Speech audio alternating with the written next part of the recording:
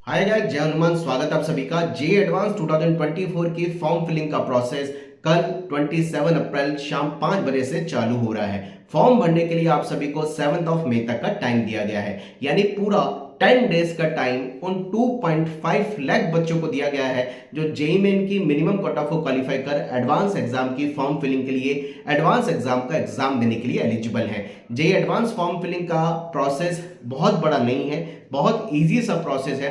क्यों बोला जाता है ऐसा कि जे एडवांस का फॉर्म फिलिंग का प्रोसेस काफी इजी है? उसका रीजन सबसे बड़ा ये है कि जे एडवांस की फॉर्म फिलिंग में आपको लॉगिन जेई मेन के एप्लीकेशन नंबर और जेई मेन में जो आपने पासवर्ड बनाया है उसी के अकॉर्डिंग करना है। तो जेई मेन का पासवर्ड अगर आपको याद नहीं है या आपके पास कहीं आपने राइट डाउन कर रखा है, याद नहीं है, तो उसको रिकॉल करने की कोशिश करें। नया पासवर्ड आप जेई मेन की वेबसाइट पर जाकर के जनरेट कर सकते हैं, और अगर कहीं लिख रखा है तो जेई मेन के पासवर्ड को कलेक्ट कर लीजिए, क्योंकि जेई एडवांस की फॉर्म फिलिंग आपको जेई मेन के एप्लीकेशन नंबर और जेई मेन के पासवर्ड से ही करनी होगी। जैसे आप लॉगिन कर लेंगे तो जेई एडवांस की फॉर्म फिलिंग के टाइम में आपको पूरी आपकी डिटेल, जिसमें आपका नाम, father name, mother name, gender, date of birth, आपकी फोटोग्राफ, आपका सिग्नेचर, 10th और 12th की पूरी डिटेल जो आपने जेई मेन के फॉर्म में भरी है वैसी की वैसी डिटेल आपको जेई एडवांस की फॉर्म में दिख जाएगी।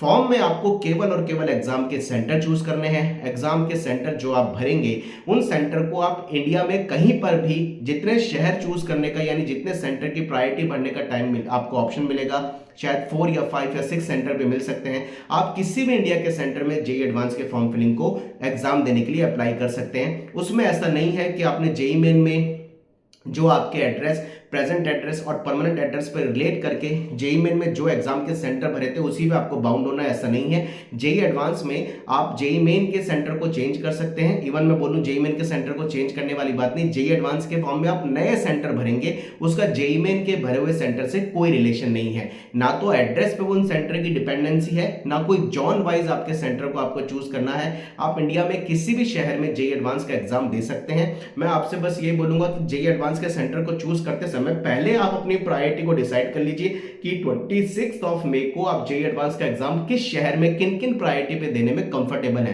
कई बार ऐसा देखा जाता है कि बच्चों को फर्स्ट सेंटर जेई एडवांस का नहीं मिलता।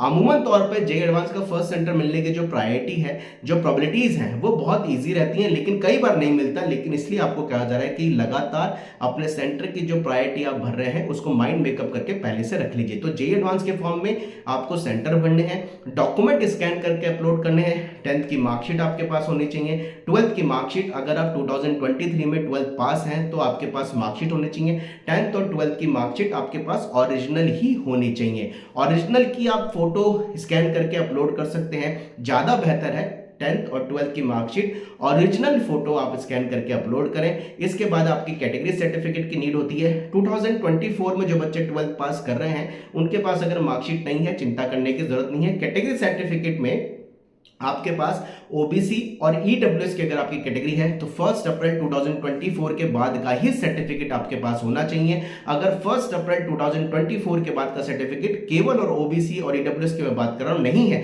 तो इंफॉर्मेशन बुलेटिन में डिक्लेरेशन का फॉर्मेट दे रखा है, आप उसका प्रिंट निकालिए, उसको पूरा फिल करिए। 10th और 12th की मार्कशीट तो सबके पास होती है जो 12th क्वालिफाइंग है, होती है, लेकिन कई बार सर्टिफिकेट जो है ओबीसी का अगर आपके पास 1 अप्रैल या ईडब्ल्यूएस का 1 अप्रैल के बाद का नहीं है, तो डिक्लेरेशन का प्रिंट निकाल के उसको भर के आप उस सर्टिफिकेट वाले कॉलम में स्कैन करके अपलोड कर सकते हैं। जिन बच्चों ने ओबीसी और ईडब्ल्यूएस का सर्टिफिकेट 1 अप्रैल के बाद का बनवा लिया उनका तो अच्छा, लेकिन जिन्होंने नहीं बनवाया वो बच्चे डिक्लेरेशन को स्कैन करके डाल सकते हैं। इसके अलावा कैटेगरी जिनकी एससी और एसटी है वो अपना परमानेंट का सर्टिफिकेट डाल सकते हैं। ओबीसी, ईडब्ल्यूएस और एससी एसटी वालों को मैं जरूर बोलना चाहूंगा कि आप अपने सर्टिफिकेट का फॉर्मेट जेई एडवांस के इंफॉर्मेशन बुलेटिन में एक बार प्रॉपर तरीके से चेक कर लीजिए। उसी फॉर्मेट में कोशिश करिए कि आप अपने सर्टिफिकेट को स्कैन करके लगाएं। यानी फॉर्म में आपको सेंटर फिल करने हैं, फॉर्म में आपको डॉक्यूमेंट स्कैन करके अपलोड करने हैं, और फीस जो 3200 रखी गई है और एससी एसटी और सारी फीमेल के लिए 1600 रखी गई है, आपको फीस का पेमेंट करना है। तो गाइस अपने पास में डॉक्यूमेंट स्कैन करके रख लीजिए, आपके पास अगर नहीं है उनको अरेंज कर लीजिए, एक फोल्डर बना लीजिए, क्योंकि 7 मई तक का फॉर्म भरने का टाइम दिया गया है। वो बच्चे जो इंप्रूवमेंट का एग्जाम दे रहे हैं, क्योंकि बहुत सारे बच्चे हमारे पास ऐसे भी जुड़ते हैं हमसे जो बोलते हैं कि सर हमारा 2023 में बोर्ड की एलिजिबिलिटी आपकी नहीं बन पाई थी। हमने इस साल एक सब्जेक्ट या ज़्यादा सब्जेक्ट से इंप्रूवमेंट का एग्जाम दिया है। और अगर आपने पासिंग ईयर 2023 जेईई मेन के फॉर्म में भरा हुआ है तो आप अपनी पुरानी मार्कशीट के नीचे फोटोकॉपी में हैंड से यानी अपना हैंड रिटन लिख सकते हैं कि I have appeared for improvement examination and my result is awaited still yet till now. उस मार्कशीट को आप स्कैन करके डाल दीजिए। और अगर आपने 2024 अपेयरिंग करके फॉर्म भर रखा है तो आपको डॉक्यूमेंट 12th की मार्कशीट को खासकर स्कैन करके अपलोड करने की जरूरत नहीं है। तो गाइस आपका जे एडवांस का फॉर्म फिलिंग कल से प्रोसेस चालू हो रहा है। फॉर्म बहुत आसान है, पूरा डेटा आपका जेईई मेन से ऑटोमेटिकली फिल्ड आएगा।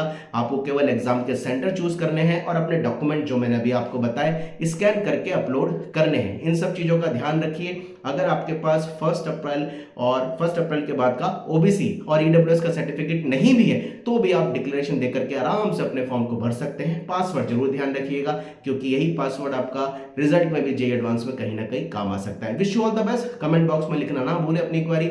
अपना खूब ध्यान रखिए। आपकी फॉर्म फिलिंग में जो भी आपको डाउट आएगा हम लगातार आप तक पहुंचाएंगे उसकी इन्फॉर्मेशन। और आपको एनआईटी ट्रिपल आईटी कहां मिल पाएंगे जेईई मेन की परफॉर्मेंस पर इस बारे में पूरी इन्फॉर्मेशन देते रहेंगे। जय Hanuman, bye bye, thank you very much.